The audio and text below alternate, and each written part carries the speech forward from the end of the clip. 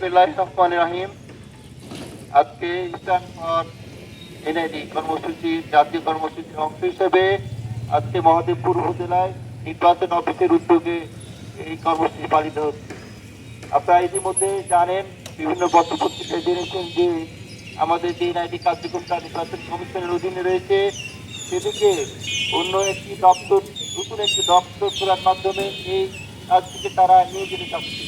ইতিপূর্বে আমরা দেখেছি বিগত সরকারের সময় এনআইডিকে স্বরাষ্ট্র মন্ত্রণালয়ের অধীনে নেওয়ার জন্য অনেক তৎপরতা তারা চালিয়েছে, কিন্তু শেষ পর্যন্ত নির্বাচন কমিশনের সক্রিয় উদ্যোগের কারণে সেটি বর্তমানে নির্বাচন কমিশনের অধীনে রয়েছে।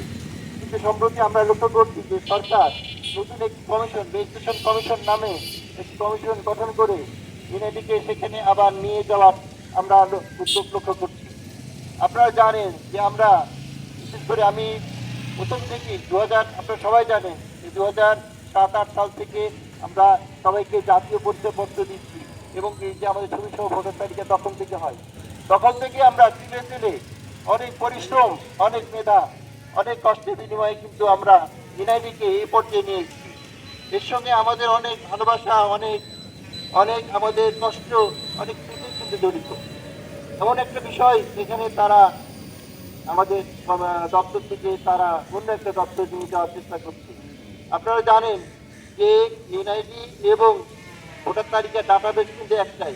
যদি এনআইডিকে নিয়ে যাওয়া হয় তাহলে ডাটাবেস নিয়ে কিছু প্রশ্ন উঠবে, তাহলে আমরা ভোটার তালিকাটা করবো কিভাবে?